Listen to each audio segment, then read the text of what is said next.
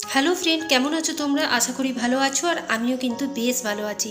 তো আজকের দিনটা হলো রবিবার, আর এখন বাজে সকাল 8টা। আর এখন থেকেই তোমাদেরকে সাথে নিয়ে আমি ব্লগটা স্টার্ট করছি। আজকে সকালে ওঠা হয়েছে, কিন্তু কাজগুলো হচ্ছে লেটে, দেখতেই পাচ্ছ। আর ছেলে ওদিকে পড়তে বসেছে। তো আমি একবারই তোমার রুটি তরকারি করে তারপর একদম স্নান করে নিয়েছি, কারণ এত গরম লাগছিল। রাত্রে কিন্তু বৃষ্টি হয়েছে জানো তো, কিন্তু সকালবেলায় প্রচণ্ড গরম, মানে একদম থাকতে পারছিলাম না। তাই রান্নাঘর থেকে একদম বেরিয়ে আগে স্নান করে নিয়ে তারপর আমি চলে এসেছি বেডটাকে গোছাবার জন্য। আর এদিকে দেখো আমাদের পুচকুন সোনাও চলে এসছে। আর যে চাদরগুলো রাত্রেবেলা ব্যবহার হয় সেগুলো এখন আমি ভালো করে ভাঁজ করে রেখে নিচ্ছি, কারণ রাত্রেবেলায় যখন এসিটা চালায় তখন হালকা পাতলা চাদর ঢাকা নিতেই হয়। সেই জন্যেই তোমার এই চাদরগুলো রোজ ইউজ হয়ে থাকে। তো আমি এই চাদর কিন্তু পুরোনোগুলোকেই ব্যবহার করি, নতুনগুলো গায়ে নেবার জন্য ব্যবহার করি না। তো সেই জন্য এখন ওগুলো আমি ভালো করে ভাঁজ করে নিচ্ছি, আর তার সাথে একবার করে পুচকুনের সাথেও কথা বলছি। তো দেখো ও কিন্তু ক্যামেরাটার দিকেই তাকিয়ে আছে যে এটা কি, ওকেও তো দেখা যাচ্ছে, সেটাই ও দেখছে যে এটা কি। বিছানার মধ্যে যদি অনেক জিনিসপত্র থাকে তাহলে দেখতে ভালো লাগে না। তার জন্য আমি দেখো চাদরগুলোকে উঠিয়ে আলমারির যেখানে চাদর আমি রাখি সেখানে ভাঁজ করে ভালোভাবে রেখে দিলাম। আর আজকে সকাল থেকেই ঝটপট করে দেখো আমি কাজগুলো করে নেবার চেষ্টা করছি, যেহেতু আজকে একটু লেট করেই কাজগুলো শুরু করেছি। আর কিন্তু আমার বাসি ঘর পরিষ্কার হয়ে গেছে, শুধু এই কাপড় কাচা কয়েকটা বাকি আছে। যেহেতু আজকে বাপের বাড়ি যাব, দুপুরবেলায় ওখানেই খাওয়া দাওয়া করবো, তাই আজকে রান্নাবান্নার থেকে ছুটি। আর এদিকে তোমার আজকের দিনটা থাকবো, আবার কালকে বিকালে রিটার্ন আসবো। তো সেই জন্যেই আজকে আমি বাপের বাড়ি যাব বলে যা কাপড় ছিল সেগুলোকে ধুয়ে মেলে দিচ্ছি, কারণ দাদাভাই তো অফিসে যাবে, এগুলো করতে পারবে না। আর এখন তো আমার কাজের লোকও নেই, সেই জন্যে। আর আমাদের উঠোনে যা রোদ উঠে তাতে তোমার 1 ঘন্টার মধ্যেই কিন্তু এই কাপড়গুলো শুকিয়ে যাবে। আর যেতে যেতে তো আমাদের দেরি হবে, যেহেতু আজকে তোমার রবিবার। সেই জন্য দাদা ভাইয়ের অনেক কাজ থাকে, কারণ প্রত্যেক সপ্তাহের মধ্যে তোমার এই রবিবারটাই ছুটি পায়। তো সেই দিনে তোমার যা বাকি কাজ থাকে সেগুলো বাইরের করে নেয়। তো তার জন্য দাদা ভাই এখন বাইরে চলে গেছে নিজের কাজ করতে, আর আমি তোমার এদিকে যা যা ঘরের কাজ আছে ঝটপট সেরে নিচ্ছি। আর ওই 12টা 1টা নাগাদ আমি কিন্তু বেরিয়েছিলাম, কারণ যা গরম, আর কাজ করতে করতেও দেরি হয়ে গেছিলো। আর এটা আমাদের দুর্গা মন্দির, তো তো প্রায় দিন কেউ না কেউ তোমার পুজো করতে কিছু না কিছু উপলক্ষে আসে। তো আজকেও দেখো এই দুটো দিদিভাই পুজো করতে এসেছিলো, আর সেই সময় আমি কাপড় মেলছিলাম।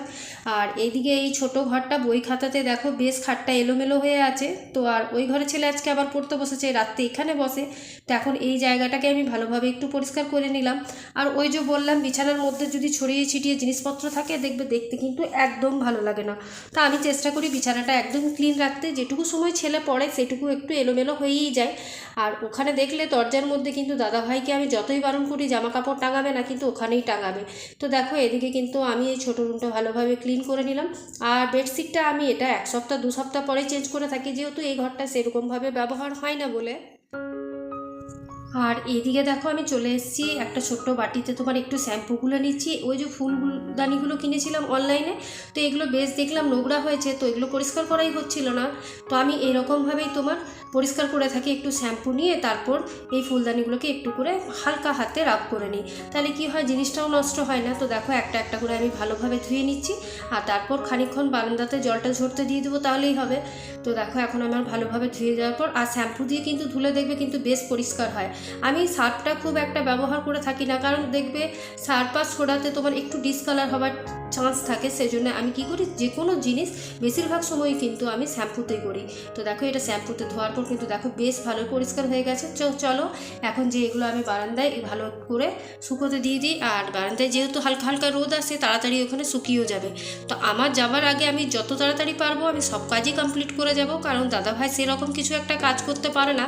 যেটুকু পারে তোমার সেগুলো করে, আর যেগুলো পারে না সেগুলো তো আর জোর করে করানো যায় না। তবুও আমার প্রচুর হেল্প করে, যেগুলো দরকার অবশ্যই করে দেয়।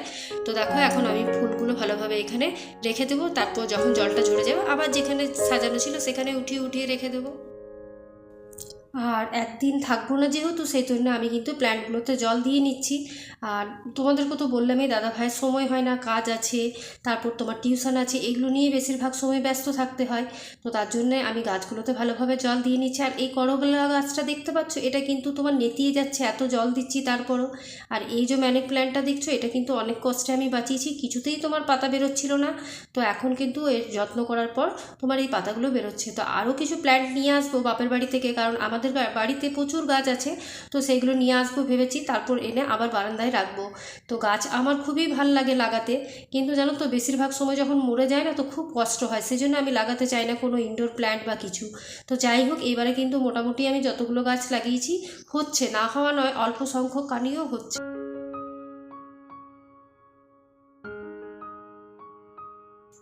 গুড ইভিনিং বন্ধুরা, একবারই তোমাদের সাথে সন্ধেবেলায় দেখা হচ্ছে, কারণ দুপুরের আর ব্লগটা শেয়ার করতে পারলাম না। গরমের মধ্যে এসে এতটাই আমরা অস্বস্তি বোধ করছিলাম যে আর কোনো ব্লগ তোমাদের সাথে শেয়ার করতে পারিনি। তো যে জন্যে এসেছিলাম সেটা হলো মেলা দেখার জন্য।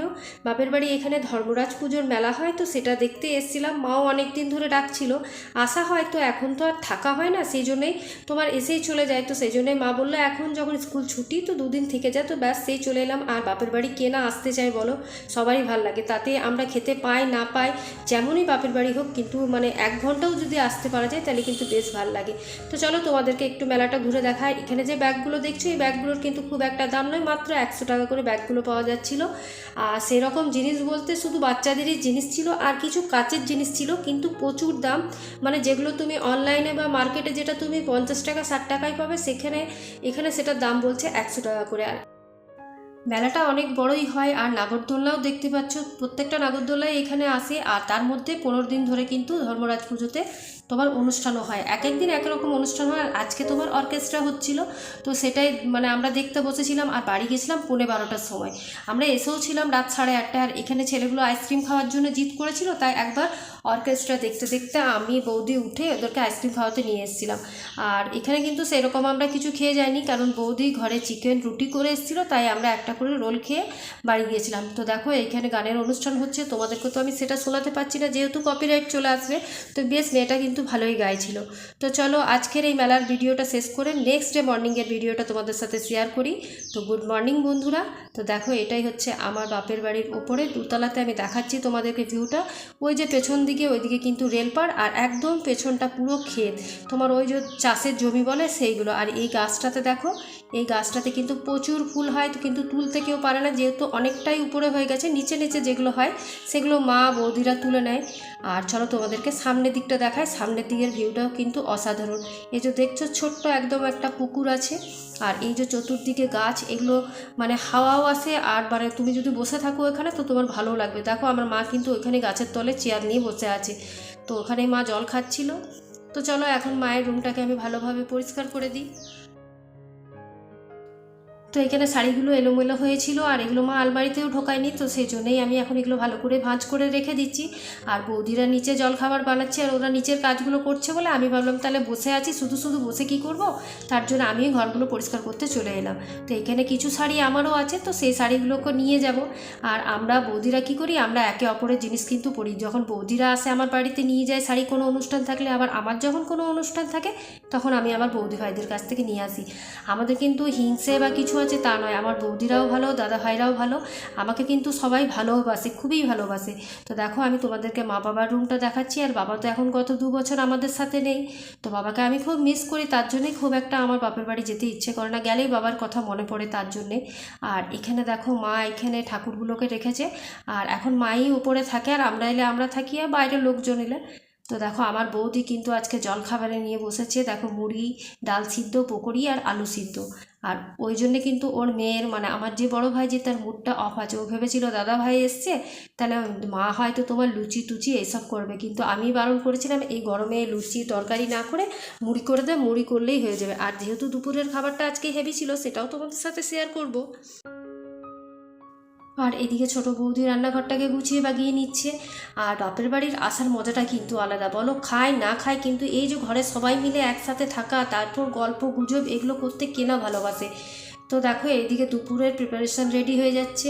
আজকে দাদা ভাই কিন্তু ফ্রায়েড রাইসের তোমার জোগাড় করে দিয়েছে, আর চিকেন। আর মারা যেহেতু নিরামিষ খাবে আর আমার হাজব্যান্ড খাবে না, তার জন্য তাদের পনির দই এগুলো ব্যবস্থা করেছে। তো তার জন্যই সকালে কিন্তু বলেছিলাম মুড়িটা করে দিতে। তো দেখো এদিকে ফ্রায়েড রাইসের তোমার ভাজা হচ্ছে, আর কাজু কিশমিশ ভাজা হয়ে গেছিলো।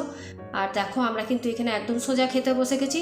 আমি না কিছুটা মানে রান্নার ক্লিপ নিয়েছিলাম, সেটা কিন্তু জানি না কীভাবে ডিলিট হয়ে গেছে, তো সেটা তোমাদের সাথে শেয়ার করতে পারলাম না।